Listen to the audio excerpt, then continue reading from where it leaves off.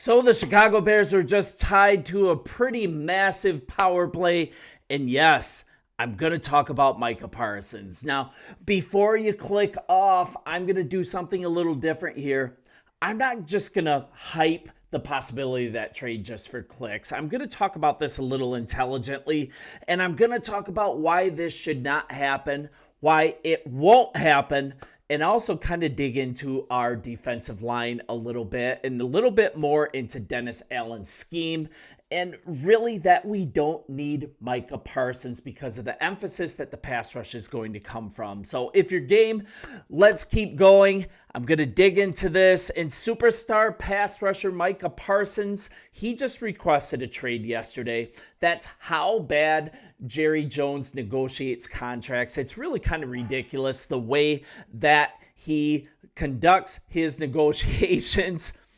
But the Chicago Bears, looking from the outside in, they do appear to have a need, right? We're looking at our third best edge rusher on this roster being Austin Booker. That's how concerning the state of affairs appears to be for the Chicago Bears. And I think we definitely have wild card aspirations at the very least. And Bears fans, so many of them are absolutely pounding the table for GM Ryan Poles to kind of run it back to 2018. And this is where it gets really interesting. This is what I want to examine. If you know what movie this is from, leave it in the comments. I want to see if the juice is worth the squeeze here. So let's kind of look at this. In 2018, if you guys are old like me, you remember 2018 when GM Ryan Pace, he made a huge trade for Khalil Mack on the eve of the regular season, just before the season started. So this is kind of what it looks like, and this is what a lot of people are bandying about as kind of a comp for what it would take to get Micah Parsons. And that's when Khalil Mack, when he was 27 years old, he came from Oakland to Chicago, and the Bears gave up a ton. They gave up 2 first-round picks, a third-round pick, a 6th-round pick for Khalil Mack, and got back a 2nd-round pick and a conditional 5th-round pick. And the most notable players that were in this trade, the Bears ended up with Cole Kmet. The Raiders ended up with Josh Jacobs. I don't even know who that cornerback is. Damon Armoretti.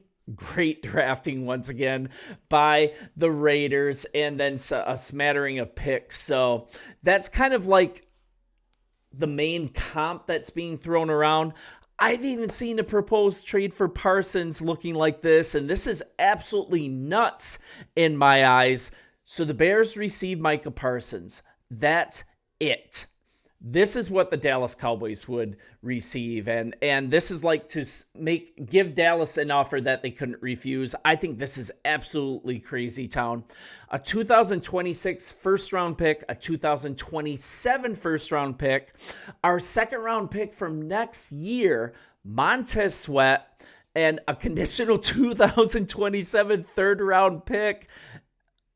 It's absolutely crazy. The Bears should empty the coffers. I think the Bears are still 1 year away from truly being like, hey, this is a possible Super Bowl contender. This is a team that's going to go way deep into the playoffs. And pundits are asking the Bears, pounding the table for the Bears to go absolutely balls out to get this done. And I just think it's absolutely crazy. You can see the similarity between Parsons and the Mack situations. Adam Schefter, he cited the Mack deal as a possible comp. And it's really nice. It's a really nice dream, right? To see Micah Parsons opposite Khalil Mack, opposite Montez Sweat, absolutely causing headaches for opposing offenses. But I think it's important to look at a couple things. First, the Bears have to have a willing trade partner in the Dallas Cowboys. I don't think that's really something that's logically going to happen. I'll continue to talk about that. The Cowboys aren't really having it. I don't think this trade happens. And besides, if you look at the new scheme from defensive coordinator Dennis Allen, I expect the strength of this line, the source of pressure to opposing quarterbacks, it's going to be from the inside because that's where the Bears are strong here. You're looking at Grady Jarrett, Gervon Dexter. Billings is finally back healthy. You know, the wheels fell off last year when he got injured. And then you've got Shamar Turner, a player that I absolutely love. He plays with his hair on fire. Look up his personal fouls, though, on YouTube. It's actually kind of funny, but it also kind of gives you pause that, hey, these coaches have to get this guy under control. Look for the breadbasket shot. You'll thank me later. It's actually pretty funny. And then we get to see what the staff can do for players like Chris Williams and Pickens. So it's kind of... The level of mortgaging the future for this one player sounds absolutely ridiculous for a team that's on the rise. And look at Grady Jarrett joining this team as a coach on the field, and he also has plenty of gas in the tank. He's being reported as being disruptive as ever. I quote, a big problem on one-on-one drills in particular. And one-on-one drills, those are vastly important because Dennis Allen is placing way different than Coach Eberflus. Dennis Allen is placing the emphasis on, hey, you beat the guy right in front of you. And Grady Jarrett's doing exactly that. And this is from safety Jaquan Brisker. The first day in camp, he was talking a lot of stuff to the offensive linemen. We heard it. He's talking a lot of trash. I like it, though. He was talking a lot. He was like, I'm no rookie. I don't know why the offense is running over here. And I'm like, let's absolutely go. So a lot of national outlets, they really were hard on the Bears for giving Jarrett a 3-year deal. It's not really a 3-year deal. The Bears can get out of the third year of the contract with really almost zero dead cap hit. No harm, no foul. But it only took a few days in pads for everyone to see exactly what GM Ryan Poles and head coach Ben Johnson saw in this guy. Just a really good get. I could get all into how he came on the team, the masterful management of cap room, especially getting Drew Dahlman, saving that cap room, doing it perfectly. So surprisingly, a player like Grady Jarrett became available, and the Bears were able to say, let's go. Let's bring him in right now. So we're also looking at Ben Johnson talking about in this defense is just not about defensive end play. Defensive ends are important. It's really about versatility. You're looking at a player, Dayo Odeyingbo. He's a guy that a lot of people have been talking a lot of trash about, like he only had 3 sacks last year in Indy. But this is a guy that's got flexibility to move around on the line. And one longtime defensive line coach, I don't know who it is, he predicted Allen's going to be especially creative in really diagnosing the opposing offensive line and putting his players, shifting them around the line to really take advantage of any weaknesses that come up, play to play to play. This is a complicated scheme. This is from this coach that doesn't want to give his name. The Bears are going to use a lot of disguise. There will be a lot of changing the picture post-snap. You have to have versatile defenders that can play from different alignments and different levels of the field. You'll see fronts you haven't seen in Chicago for a long time. It's not your standard 4-down front or 3-down front. They're going to have their base package, but they're also going to have a lot of loaded or tilted fronts. And this is in an effort to create a specific matchup they want to exploit. This is directly from this coach. That's probably one reason they bid big for a player like Odeyingbo. He and Sweat can both be lined up inside at tackle too, and now you're getting him matched up on a guard. And then you've got Jervon Dexter, who's actually been doing drills, conditioning drills with the defensive ends. He is absolutely in the best shape of his young life. And then on top of this, I don't think the Cowboys are going to trade Micah Parsons at all. Diana Rossini, she kind of confirmed that Friday as her opinion as well. I'll quote, the Cowboys, according to league sources, do not plan to deal Parsons, but that's not expected to stop teams around the league from reaching out. Also, I would say it doesn't stop everyone and their mom online from talking about this trade, building up hype like it's actually going to happen. I think there's no chance of this happening. For the record, let's highlight what a poor negotiator Jerry Jones is, just alienating players and then at the last minute giving them top dollar. It's almost like he is in league with the Cincinnati Bengals that do the exact same thing. How Hendrickson is not signed by now is an absolute travesty. But this is what Parsons said on social media, and I'll just quote it. I no longer want to be held to closed-door negotiations without my agent present.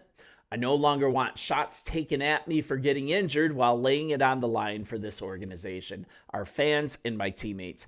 I no longer want to have narratives created and spread to the media about me. He also wrote, I no longer want to be a Dallas Cowboy.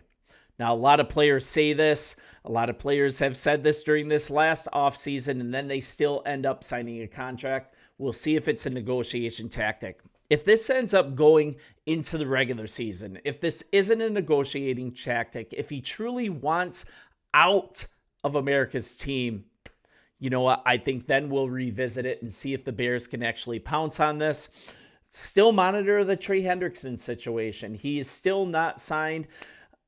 Cincinnati will not guarantee his money past the first year. Absolutely ridiculous for a player who's led the league in sacks 2 years running, 17 sacks a year for 2 years, and they will not guarantee him any of his money beyond the first year. And this is also a player that hasn't had injury problems. Let's kind of keep a lookout on these two players. I'm not going to do a bunch of videos saying, hey, they're coming into town to try to get clicks. I'm just not going to do that. But let's still monitor those situations, and we'll see what happens. And then once again, we're looking at first-round pick Colston Loveland. We're looking at second-round pick Luther Burden. Full go. I'd be remiss to not remind you that second-round pick defensive tackle Shamar Turner, a player that I absolutely love from Texas A&M. He sustained an ankle injury earlier in the week. It happened on July 23rd. Early indications are suggesting that this injury is going to keep Stewart out maybe all remaining offseason activities, could even possibly jeopardize his week 1 status. Kind of the same situation with Jalen Johnson. Just not a really good thing, especially after I highlighted this defensive line as being really deep and really good. I think we still are deep and really good, but this is a Texas A&M product who posted 10 sacks and 22 and a half sackles for a loss over 3 seasons, and second team all SEC honors in 2023.